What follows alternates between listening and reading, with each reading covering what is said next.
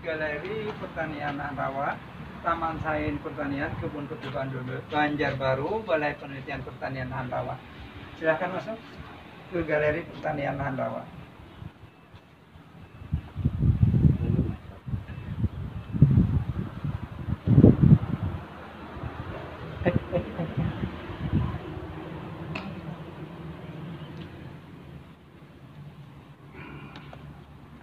Ya.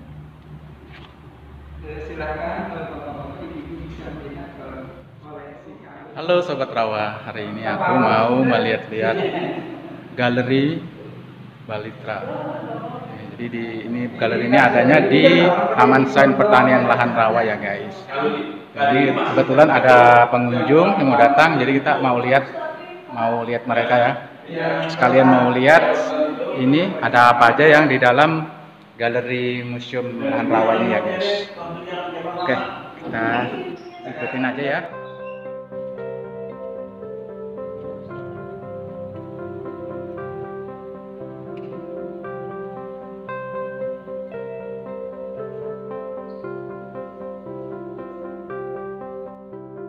Saya tertarik sekali dengan alat ini. Kalau bisa dijelaskan, ini nama alatnya apa dan fungsinya bagaimana ya Pak?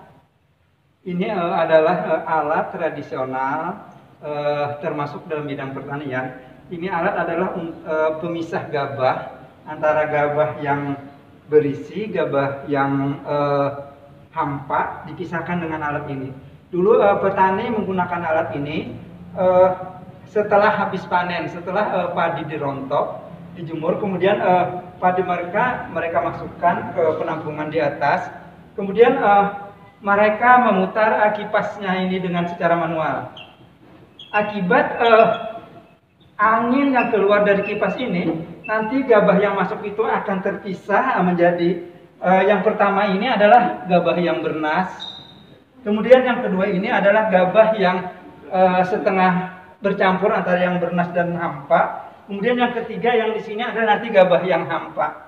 Jadi sekarang sudah jarang petani menggunakan alat ini. Dulu namanya petani menyebutnya dengan nama gumbaan. Sekarang mereka menggunakan alat kipas atau sudah secara otomatis menggunakan alat listrik untuk memutar kipasnya.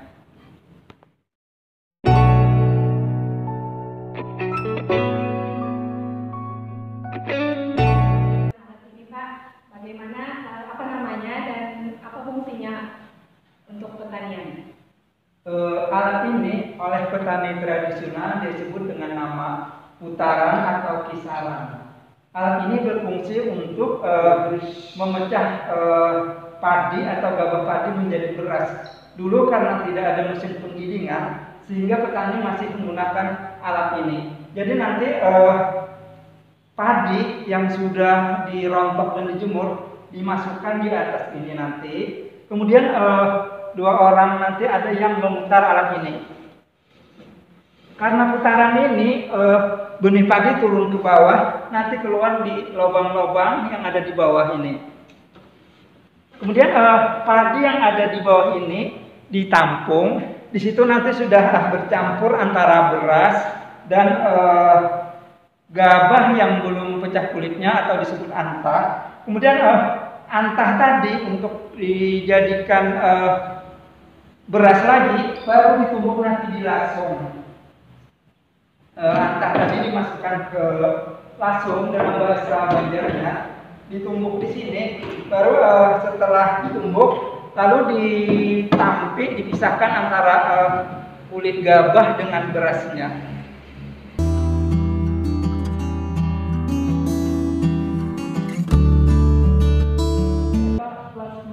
Plasma padi dan palawija.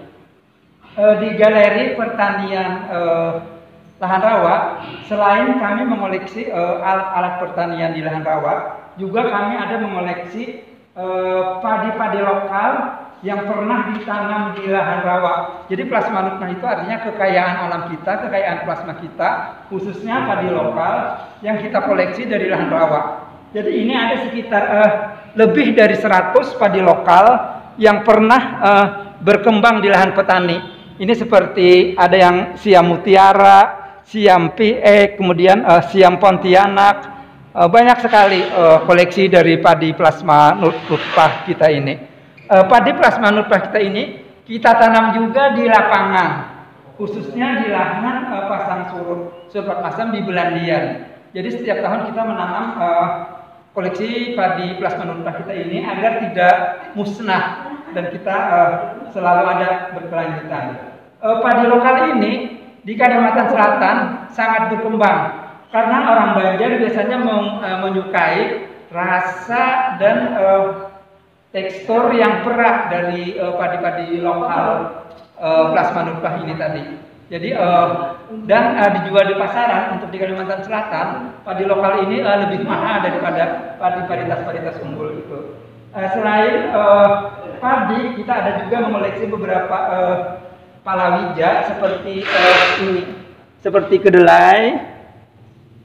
Kemudian selain palawija kita ada juga mengoleksi ini beras atau biji talipuk. Ini merupakan tanaman rawa juga yang dijadikan beras, kemudian berasnya dijadikan tepung nanti.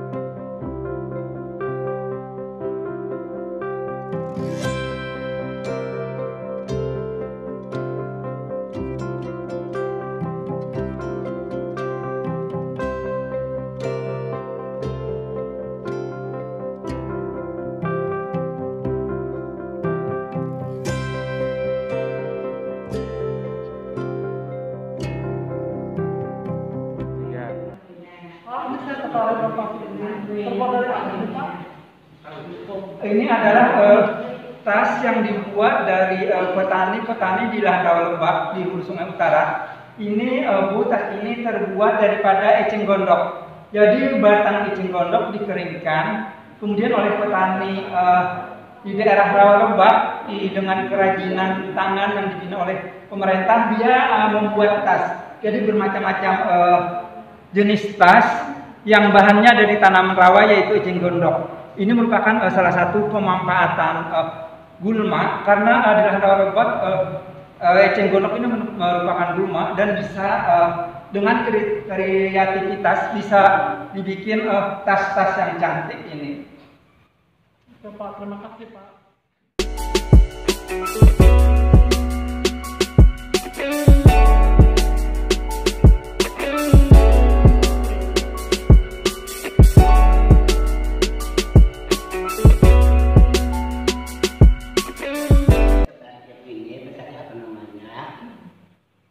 Ini adalah alat-alat perikanan yang digunakan oleh petani di lahan rawa, baik rawa lahan pasang surut atau lahan rawa lembang.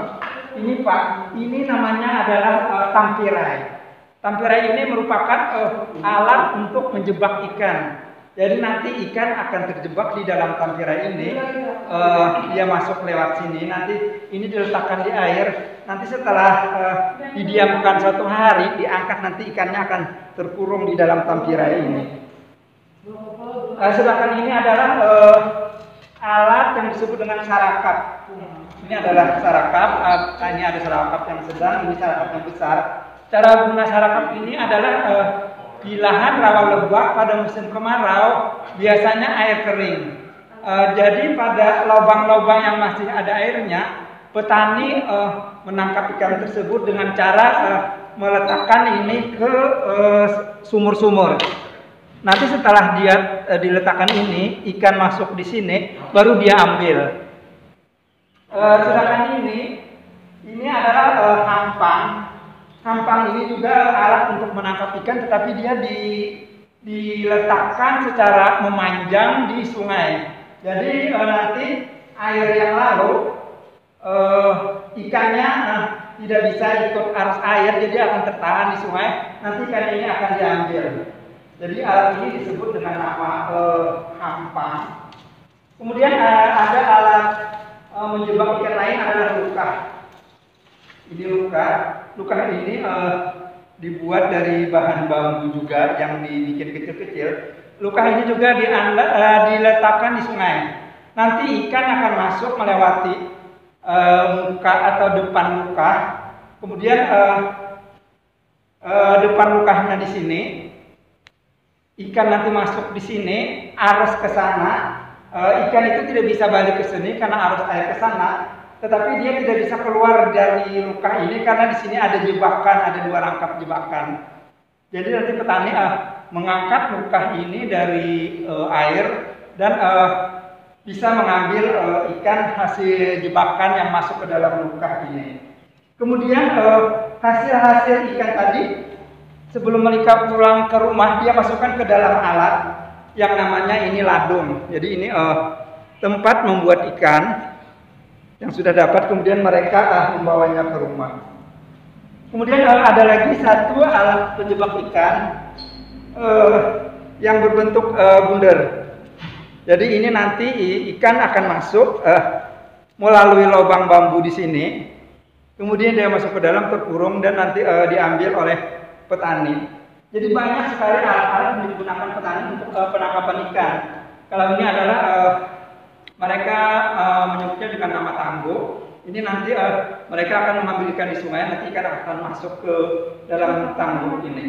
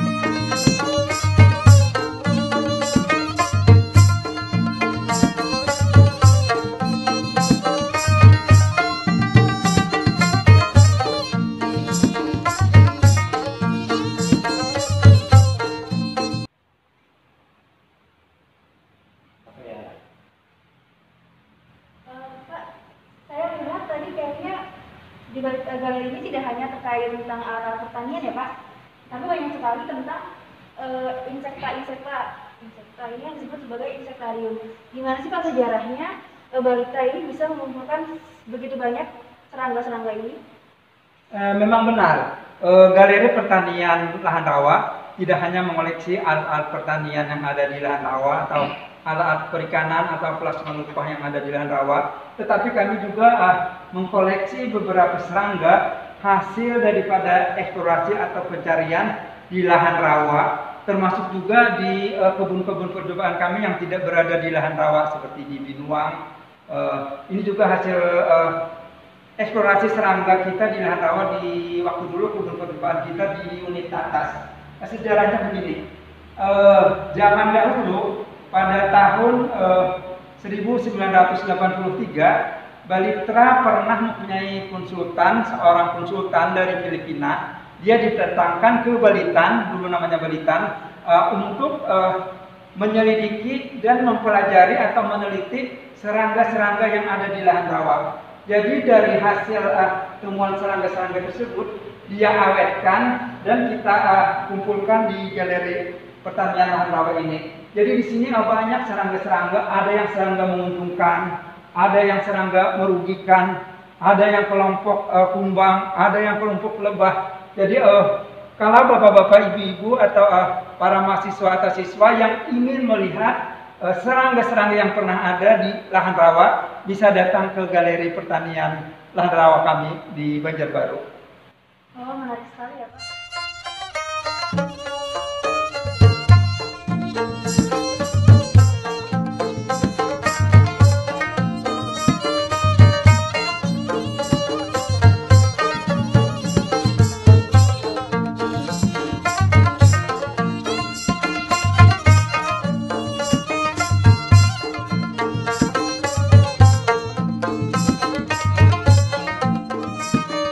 Menurut keterangan yang Bapak jelaskan tadi, ada serangga yang menguntungkan dan ada serangga yang merugikan. Contohnya yang mana Pak? Tolong dijelaskan. Makasih Bu. Contoh daripada serangga yang merugikan kita bisa lihat pada kotak ini. Ini jenis kumbang-kumbangan. Yang pertama ini yang ada di sini, yang dengan namanya tetra itu, ini merupakan kumbang atau hama kelapa. Jadi kelapa apabila terserang kumbang ini, maka daunnya yang muda akan rusak, sehingga pertumbuhan kelapa itu jadi terganggu. Kemudian ini ada kumbang yang petani menyebutnya biasanya dengan nama ampal. Kumbang ampal ini berasal dari ulat yang berada di dalam tanah. Ulatnya itu yang sangat mengganggu pertumbuhan tanaman. Dia dapat memotong akar dan tanaman bisa mati. Selain itu juga banyak kumbang-kumbang lain yang merusak tanaman. Dia bisa memakan daun atau bisa memakan titik tumbuh tanaman. Sedangkan contoh dari serangga yang menguntungkan adalah jenis lebah-lebah. Ini jenis lebah. Ini dia menguntungkan khususnya dalam penyerbukan tanaman.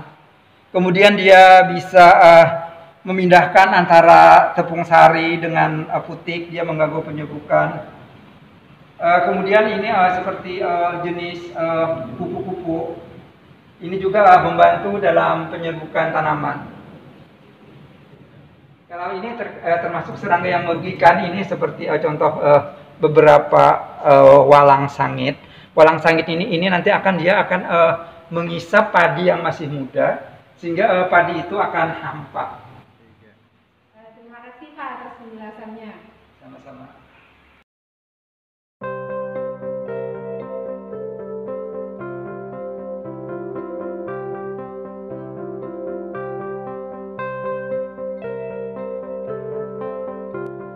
Di galeri pertanian lahan rawa kami juga ada mengoleksi profil-profil tanah yang ada di lahan rawa.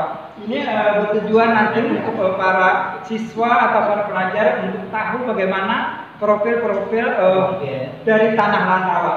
Yang pertama ini kami ambil adalah profil tanah dari tanah sulfat masam aktual. Tanah sulfat masam aktual ini dia banyak mengandung kandungan yang merugikan tanaman seperti kandungan Al atau Fi. Kemudian kami juga mengoleksi, ini contoh adalah profil tanah gambut. Jadi profil tanah gambut ini dia lebih subur daripada tanah sulfat masam yang banyak mengandung Al dan Fe tadi. Di gambut ini dia mengandung bahan organik dan teksturnya juga lebih bagus daripada tanah sulfat masam. Kami juga mengambil profil tanah dari lahan rawa lebak.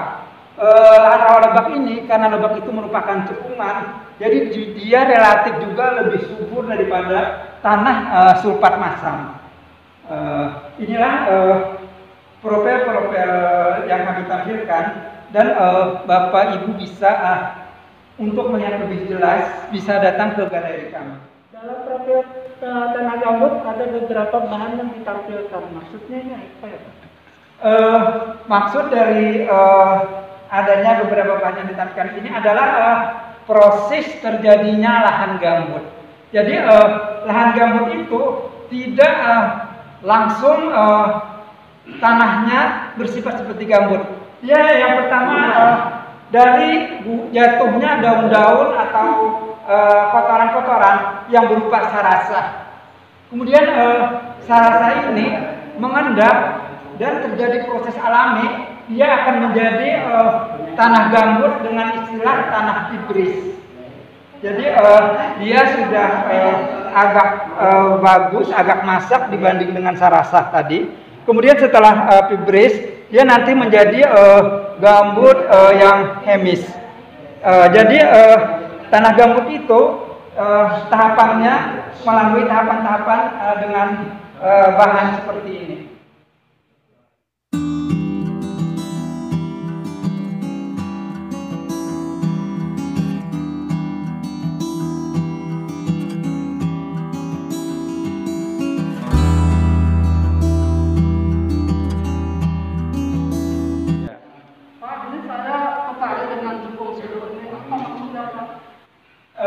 Jukung sudur ini adalah semacam transportasi yang petani gunakan di lahan rawa. Jadi jukung sudur ini mereka gunakan untuk transportasi bertanam. Jadi mereka mengangkut senayan dan melewati jukung sudur ini. Jukung sudur ini terbuat dari kayu. Jadi dia tidak ada sambungan seperti perahu-perahu biasa, tetapi ini batang kayu yang dilubangi sehingga air tidak masuk ke dalam jukung ini. Jadi pembuatan jukung sudur ini memerlukan waktu yang lama karena batang kayu yang besar. Kemudian mereka pahat, mereka keluarkan isinya, kemudian tinggal bahan untuk jadi jukungnya. Biasanya jukung sudur ini tidak seperti perahu-perahu lain menggunakan mesin, tetapi petani menggunakan semacam yang dibilang pananjak. Jadi mereka langsung memasuki jukung, kemudian mereka langsung menggeser jukung ini dengan menekan penanjak tadi ke sawah.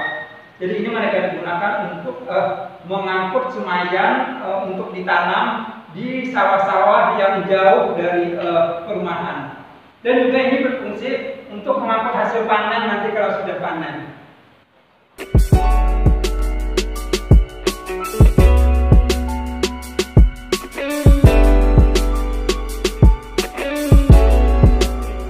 Pak, ini menarik sekali ya. Kelihatannya unik, terus bentuknya kayak nggak biasa gitu Pak. Kira-kira ini dibuatnya dari bahan apa ya Pak? Ini adalah salah satu kerajinan khas dari Kalimantan, khususnya Kalimantan Tengah. Ini perahu-perahu ini dibuat dari getah kayu yang ada di hutan-hutan.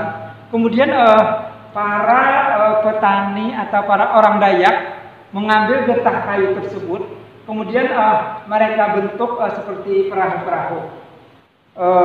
Ini merupakan salah satu pemanfaatan bahan alami atau tanaman liar yang ada di hutan-hutan pedalaman, yaitu mengambil getahnya.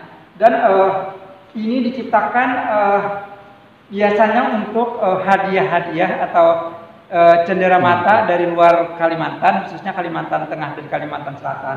Dan harganya ini cukup mahal karena pembuatannya ini juga mempunyai keahlian tertentu, dan pengumpulan getahnya itu juga agak lama karena mengambil getah dari tanaman. Tanamannya menjalar, dia tanaman liar yang menjalar, kemudian dipotong, diambil getahnya, baru dibuat kerajinan-kerajinan ini. Oh, sangat menarik sekali ya Pak.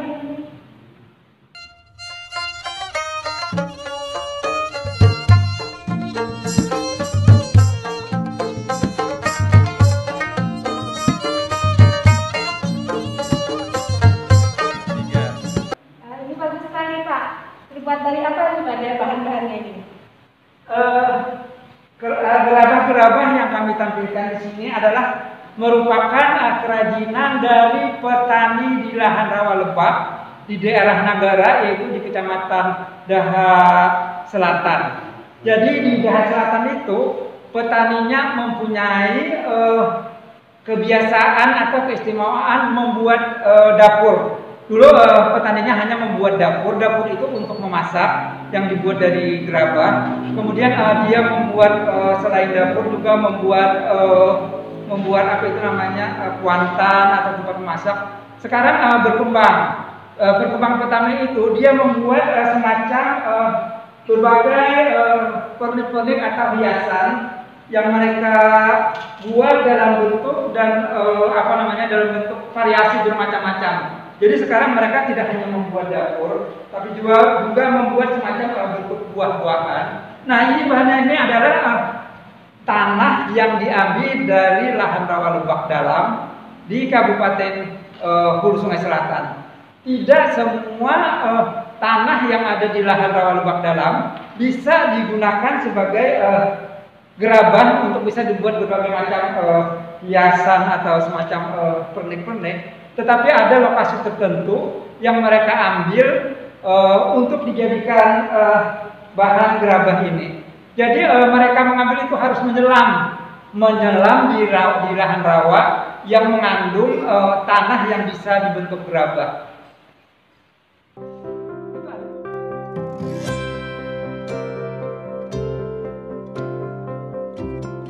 Jadi perkembangan dari pembentukan gerabah ini yang mulanya membentuk dapur saja, sekarang dibuatnya semacam tabungan ini untuk menarik anak-anak supaya dia menabung. Jadi semacam bentuk tabungan. Gemar menabung. Bahkan ada juga yang tidak hanya buah, seperti boneka-boneka. Sekarang sudah banyak dijual oleh petani atau kalau pengrajin di lahan rawa Lebak di daerah. Ini adalah semacam perahu atau yang di dalam bahasa Banjar disebut dengan tambangan. Tambangan itu artinya semacam perahu atau jukung kecil yang digunakan untuk transportasi. Jadi dahulu petani di lahan rawa itu jalur transportasinya adalah sungai. Jadi untuk keperluan berhubungan tetangga, mereka menggunakan alat transportasinya berupa tambangan ini. Kalau bapak-bapak, ibu-ibu yang ingin melihat tambangan ini masih difungsikan, bisa mengunjungi pasar terapung yang ada di Kalimantan Selatan. Jadi melalui tambangan ini, petani-petani menjual hasil panennya lewat jukung tambangan ini yang dijajakan untuk pengunjung pasar terapung. Jadi nanti ada hasil panen berupa jeruk, kemudian ada hasil panen berupa pisang dan berbagai macam hasil panen mereka. Mereka pasarkan dengan transportasi jukung tambangan ini.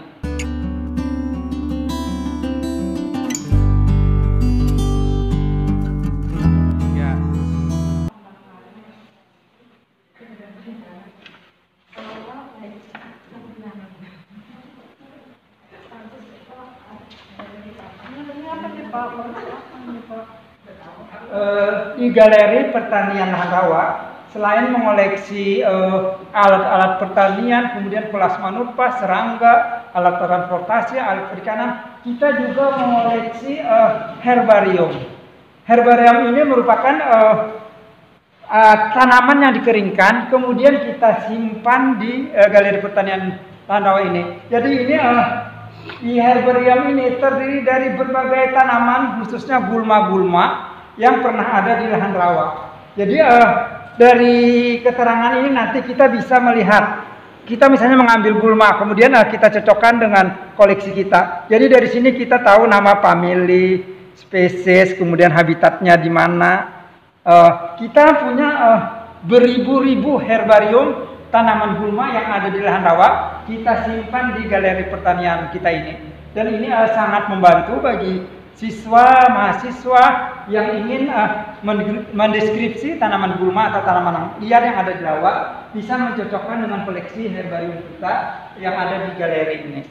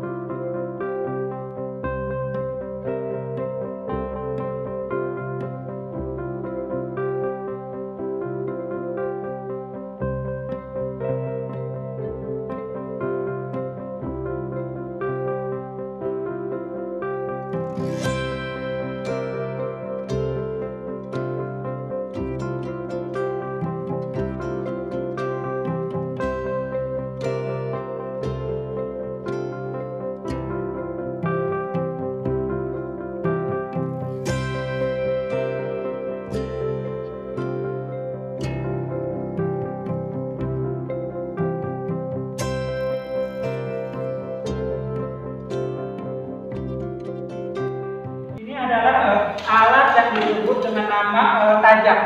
Tajak ini digunakan untuk pengolahan lahan petani di sawah. Jadi tajak ini mereka gunakan untuk memotong rumput, jadi rumput dipotong dengan istilah petani merimba. Kemudian rumputnya tadi digumpal-gumpal atau digulung-gulung. Setelah beberapa hari rumput tadi dibalik, kemudian setelah busuk baru nanti rumput tadi diamparkan di lahan. Nanti rumput yang busuk tadi berfungsi sebagai bahan organik bagi tanaman padi. Jadi di lahan rawa busuk itu petani tidak menggunakan alat pengolahan tanah seperti cangkul tetapi dia hanya menggunakan tajam ini hanya membuang rumput bagian atasnya. Kalau ini adalah alat yang disebut dengan nama sundak. Sundak ini adalah untuk mengambil atau mengangkat tanah. Nanti tanahnya dikumpul, petani untuk membentuk tukungan. Jadi dengan penyusunan tanah-tanah kepingan hasil disundak ini tadi, disundak itu dibentuk segi empat, kemudian tanahnya diambil, disusun-susun menjadi tukungan. Lama-lama nanti secara bertahap tukungan tadi dibuat petani memanjang jadi satu sehingga berbentuk surjan. Kalau ini adalah alat tanam yang disebut dengan tutujah. Tutujah ini bermacam-macam. Ini ada yang sederhana. Kemudian ini ada tutujah yang dalam motif wayang.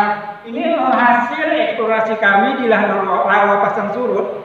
Yang tutujah dalam variasi bentuk wayang ini didapatkan dari Palembang.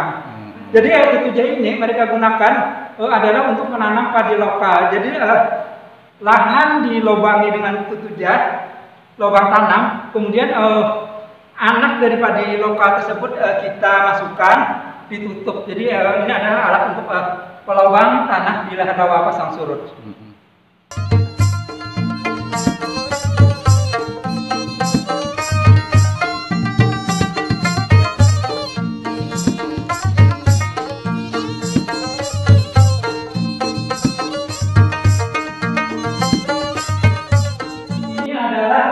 Bahan-bahan yang terbuat dari tanaman yang ada di rawa.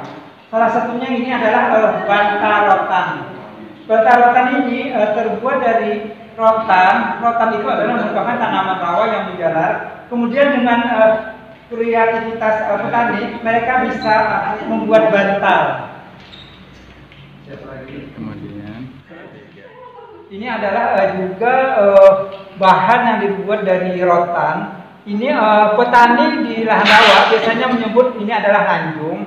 Lanjung ini digunakan untuk petani menampung hasil dari pengambilan hasil panen seperti memetik buah atau bisa juga mengangkut hasil padi, hasil dari dia memanen. Kemudian topi yang dipakai juga berasal dari rotan. Batang rotan yang dibuat kecil-kecil kemudian dianyam bisa dibikin topi. Kalau ini adalah senjata petani, khususnya petani pedalaman untuk digunakan sebagai pelindung diri dan bisa juga digunakan sebagai untuk memotong atau memangkas ranting-ranting dahan ketika dia melewati hutan-hutan. Kemudian ini di petani menyebutnya dengan nama mandau. Jadi mandau ini ada mengandung ini gigi-gigi binatang buas. Jadi semakin banyak gigi binatang buas ini berarti orang tersebut sudah semakin berani dia menghadapi binatang-binatang buas di pedalaman.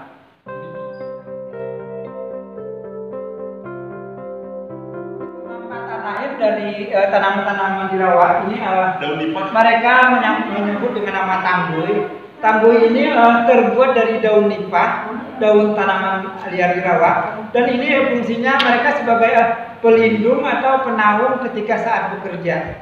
Sedangkan ini adalah hasil kerajinan dari rotan yang mereka bentuk dengan seni-seni Dayak.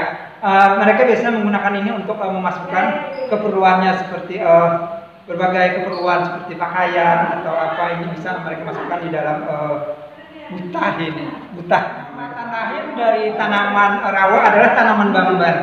Bamban adalah merupakan tanaman yang biasa hidup di air. Dimanfaatkan petani adalah kulit batang.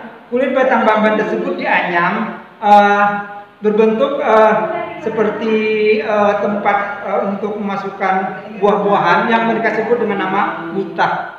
Jadi ini terbuat dari batang bamban, batang tanaman rawa. Sedangkan topi yang dikenakan ini juga berasal dari tanaman yang ada di rawa, yaitu tanaman rotan. Pemanfaatan lain dari rotan dengan kreativitas petani, dia membentuk semacam tas yang digunakan untuk memasukkan pakaian. Ini juga terbuat dari rotan. Sedangkan topi ini terbuat daripada bahan purun. Jadi dari bahan purun itu juga merupakan suatu gulma di lahan rawa. Dari daunnya bisa dianyam berbagai keperluan, salah satunya adalah sebagai topi untuk digunakan. Biasanya para petani pergi ke ladang atau ke sawah mereka.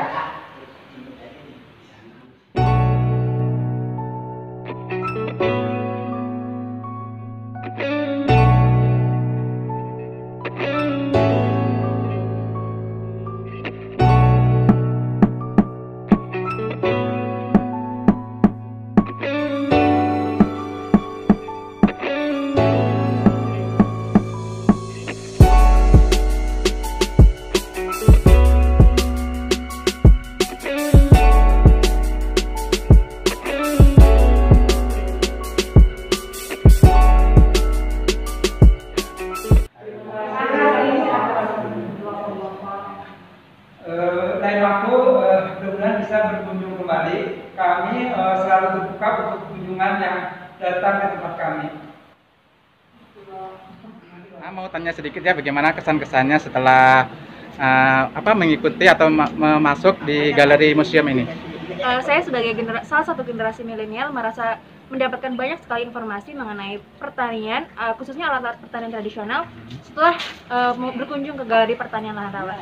Jadi untuk teman-teman semua jangan lupa berkunjung ke Galeri Pertanian Lahan Rawa TSP Balitra. Oke.